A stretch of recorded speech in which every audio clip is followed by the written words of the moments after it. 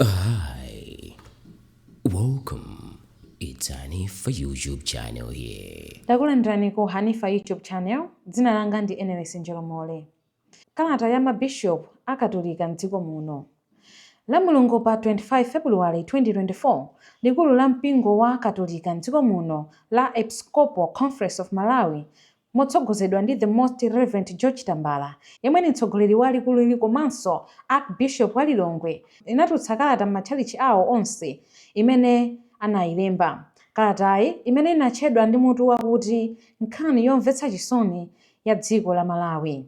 Ikulongosola mavuto ambiri amene dziko lino likumana nawo pansi pa ulamuliro wa tonse, motsogozedwa ndi chipani cha Malawi Congress Party. Ife a Hanifa Tv tayiona kalatayi ndipo tili pano kuti tikupatsireni mfundo zikuluzikulu zimene zalembedwa m'menemo. Kalatayi inayamba ndi kunena kuti chaka chino chikamatha ndiye kuti ulamuliro wa mgwirizano atonse motsogozedwa ndi chipani cha MCP ukhala kuti wakwanitsa zaka zinayi ukulamulira dziko lino. Ngati Malawi angadzifunse okha kuti kodi pano tili pabwino kusiyana ndi zaka zinayi zapitazi, yankho la nzika iliyonse ya dziko lino ndilo kuti ayi. Kalatayi ikuti nzachidziwikire kuti malonjezano onse amene boma la tonse limalonjeza mu nthawi imene ankachitisa misonkhano yokopa anthu sanakwaniritse. Inde ndizoona kuti dziko lino lakumana ndi ngozi zakugwa mwadzidzidzi monga matenda a COVID-19, namondwe wa Freddy, kusefukira kwa madzi ndinso ng'amba zimene zachititsa kuti zinthu zina zisamayende. Komabe zaonetsa kuti utsogoleriwu ukukanika kutsogolera anthu ndi kupanga ziganizo zoyenera. Utsogoleri umene ulipo pano ndiwongotha kuyankhula mawu anthetemya pokopa anthu, koma wakanika kuyesera kusunga malonjezo amene unalonjeza okha kwa anthu. Malo mokwaniritsa zimene analonjeza kale, ayi ndithu akupitirana amalonjezabe posaganizira kuti akwaniritsa kapena ayi. Kangapo konse bungwe la Episcopal Conference of Malawi lakhala likumana ndi mtsogoleri wa dziko lino Chakwera kuyesera kuwalangiza za mmene angachitire zinthu zina pa nkhani za ulamuliro wabwino. Komatu kalatayi yanena kuti ngakhale mbali yawo yakhala ikumana ndi Chakwera kambirimbiri, sakuonapo kusintha kalikonse pakayendetsedwe ka ntchito za boma molingana ndi mmene iwo akhala akumaganizira.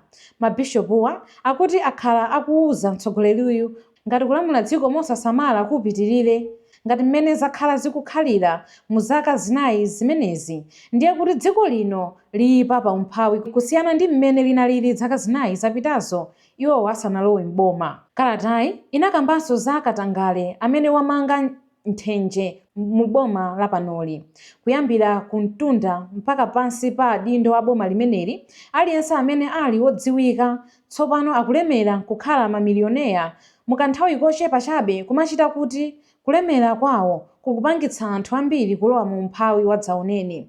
Katangale ali paliponse m'dziko muno ndipo boma lili kuchita chilichonse chofowoketsa nkhondo yolimbana ndi katangale m'dziko muno. Chitsanzo ndi nthambi ya Anti-Corruption Bureau ACB imene pano ilibenso ntchito kamba kakuti inaguluka mano kutsatira kumangidwa kwa mtsogoleri wake Martha Chizuma.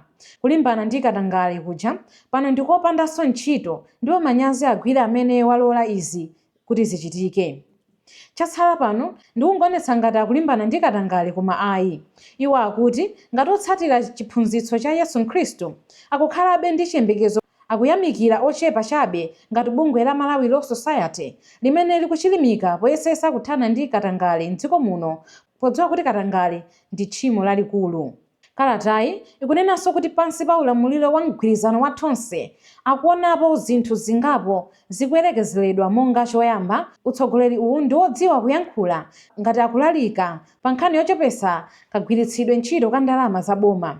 Mtsogoleri wa dziko akumangoyendayenda pamene chuma chikusowa ndalama zimene akuyenderazo, popeza kumeneku akumapatsana ma allowance ndi gulu lawo akumalitengazo zimene zikutha ndalama za boma. Akuti pali amalonda ena amene amapereka katundu ku boma amene akufufuzidwa kamba kakatangale akupatsidwa ndalama ngati malipiro, kumachita kuti dziko likusowa ndalama zakunja.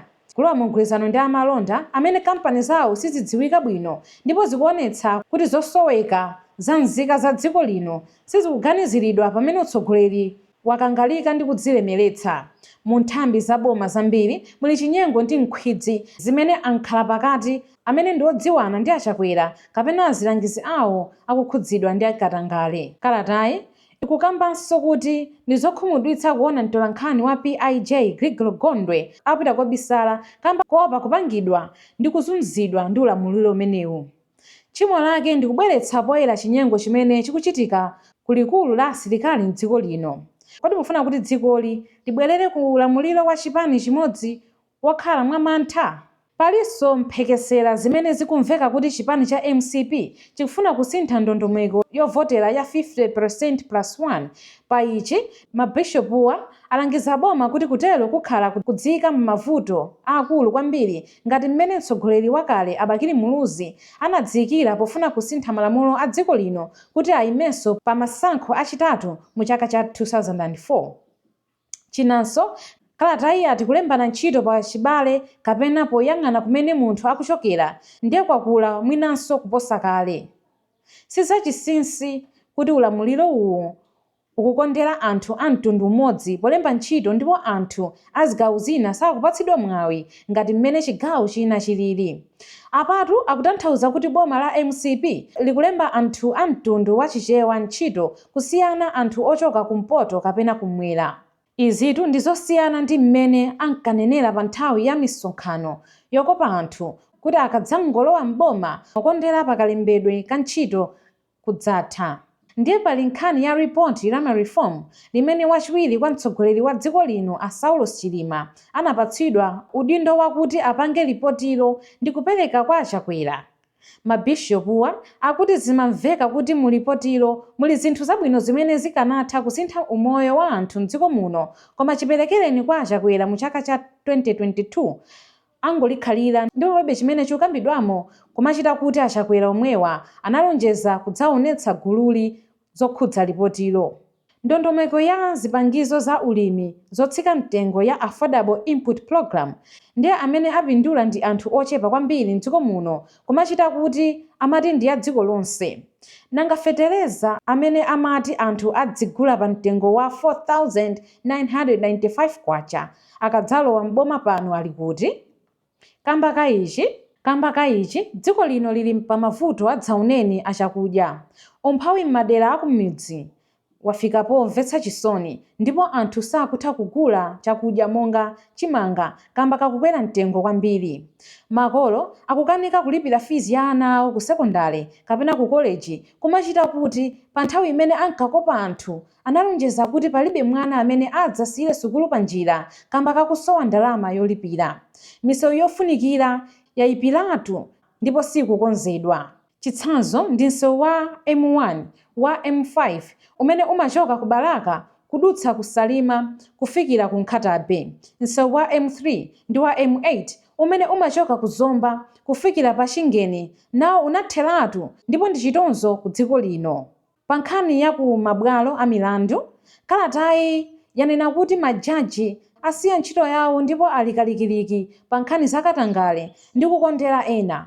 Pakadali pano akuti nzachidziwikire kuti majaji ndi magistrate akumagulidwa kuti aweruze milandu mokomera ena ndipo pakali pano maloya ena akungokhalira ndi kupulumukira kupereka ziphuphu kwa majaji kuti chilungamo chisamaoneke ndi kuti azipambana milandu yawo. Zikumatenga zaka kuti jaji kapena magistrate kuti amve mlandu ndipo likulu la majaji sikuchitapo kanthu chokhwimitsira mwambo ndipo m'malo mwake majaji ambiri akumakwezedwa maudindo awo. Mabishop akuti akukhulupiriranso kuti unduna wa zachilungamo ukuyesesa kufowoketsa lamulo limene likupangitsa ndi bungwe la Malawi Law Society lakuti lidziwunika mmene majaji m'dziko muno amagwirira ntchito. Iwo akuti lamulo limene litati latheka ndi kuvomerezedwa ku nyumba ya malamulo likhonza kuthandizira kuthana ndi katangale m'dziko muno kumbali ya majaji. Kalatayi inakambanso zokhuza nkhanza zimene anthu achikulire m'dziko muno akukumana nazo. Iyo inati azigogo m'dziko muno akukhala mwamantha kamba kuopa kuchitiridwa nkhanza powaganizira kuti ndi afiti. Mu chaka cha 2023 chokha akuti anthu achikulire okwana 78 azunzidwa ndipo ena okwana 25 aphedwa kamba kuwaganizira kuti ndi afiti. Mu mwezi wa Disemba omweyu, gogo wina a Christina Chiwoko azaka 66 zakubadwa ochokera kudowa anakulidwa mu dzenje kufikira mu khosi uko akuwauza kuti avomere kuti iwo ndi mfiti. Pamene izi zikuchulukira, palibe cholozeka chimene boma likuchita kuti azigogowa azikhala mopanda mantha mu dziko lawo. Anthu watu akuphwanyiriridwa ufulu wawo ndipo boma likuyenera kuchitapo kanthu kuti anthuwa atetezeke. Boma likukanika kupititsa ku nyumba ya malamulo bilu yoteteza anthu okalamba ya elderly person law imene ikanakhala kuti yatheka anthuwa sibwenzi akuzunzidwa motere. Kalatayo inatsindikanso kuti pakadali pano dziko la Malawi lili ku Bagamoyo malo mwa Nkhani kumene achakwera analonjeza. Akuti ndizomvetsa chisoni kuti nzika za dziko lino zataya chikhulupiriro ndi boma limene lilipo ndi utsogoleri wake. Mu nthawi yokopa anthu, mgwirizano wa tonse unalonjeza kuti upititsa nzika za dziko lino ku Nkhani, koma pangotha zaka zinayi zokha Amalawi tonse tili ku Bagamoyo, kumene ndi mzinda umene uli ku Tanzania. Uku ndi kumene akapolo akafikako amataya chikhulupiriro chokhalanso mfulu. Malo mofika ku Nkhani, Malawi alipo mpaja pamene ankafuna kuchokapo pa njala, matenda, umphawi, katangale ndi zina. Amalawi akuona kuti palibe aliyense wakuboma amene akusamala mavuto awo, koma iwo alikalikiliki kuzilemeretsa. Pazakumenyana mkati mwa zipani, mabishop anati ndizomvetsa chisoni kuti mu nthawi ino ya demokrasi zimene zikungokhalira ku mabwalo a milandu, kutenga ziletso ndi zina malo mokhala patsogolo kulimbikitsa anthu mu nthawi ino imene dziko likukumana ndi mavuto ambiri. Iwotu akuti izi zikubweretsa mfundo za demokrasi mbuyo, popeza anthu andale akuyika zosowa zawo patsogolo kusiya zosowa za Amalawi. Iwo akuti aonanso kuti ali kusalolerana pakati pa mipingo yosiyanasiyana m'dziko muno, ndipo izi zikubweretsa mavuto pa ubale umene anthu akuyenera kukhala nawo ndi anzawo osiyana nawo zipembedzo. Pa ichi akuti ndikuyenera kuti atsogoleri a mipingo alimbikitse anthu awo kulolerana kuti mtendere upitirire pakati pathu ngati Amalawi.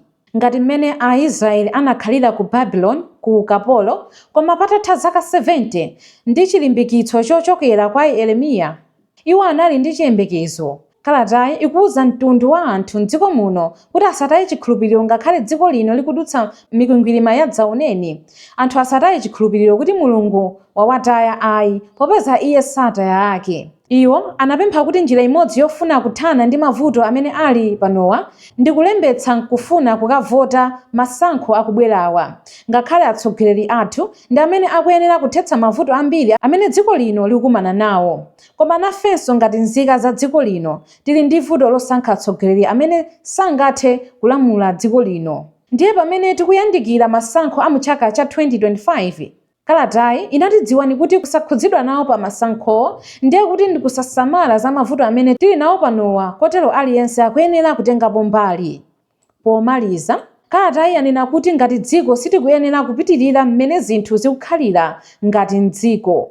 Atsogoleri athu akuyenera kusiya kukhala adyera ndipo akuyenera kusamala anthu amene anawasankha pa maudindo amene akunyada nawowa. Nyumba ya malamulo ikuyenera kusiya kutsatira ndale ndi kuyamba kuyika patsogolo zosowa za anthu m'dziko muno. Pakadali pano zimene zikuchitika ndi zakuti dziko lino likusowa utsogoleri wabwino, popeza amene akutsogolerawa sakudziwa zimene akuchita. Mavuto alipowa abwera kamba kakuti utsogoleri wake sukudziwa chimene ukuchita, ndipo ngati dyera katangale sizitha ndiye kuti tizikhalabe m'mavutowa komanso tilowabe pansi ndi umphawi. Chofunika ndi chakuti atsogoleri azichita chomwe komanso lamulo likhazikitsidwe lowunika mmene majaji akugwirira ntchito. Kalatayi inamaliza ndi nyimbo ya fuko lathu ndipo inasayinidwa ndi Most Reverend George Tambala, President, Archbishop wa Lilongwe, Right Reverend Montfort Stima, Vice President wa Episcopal Conference of Malawi, komanso Bishop ya Mangochi, Most Reverend Thomas Nsusa, Archbishop wa Blantyre, Right Reverend Peter Musukuwa, Bishop wa Diocese ya Chikwawa, Right Reverend Martin Tumbuka, Bishop wa Diocese ya Kalonga, Right Reverend John Ryan Bishop wa Diocese ya Mzuzu, Right Reverend Peter Chifukwa, Bishop wa Diocese ya MDZIKO, Right Reverend Alfred Chaima, Bishop wa Diocese ya Zomba, Right Reverend Yohane Nyilenda, Auxiliary Bishop wa Diocese ya Mzuzu, Right Reverend Vincent Makwawa, Auxiliary Bishop wa Diocese ya Lilongwe. Hanifa YouTube channel tipitabe kupatsirani nkhani. Dzina langa ndi Enres Njolomole. Mwakoma nonse.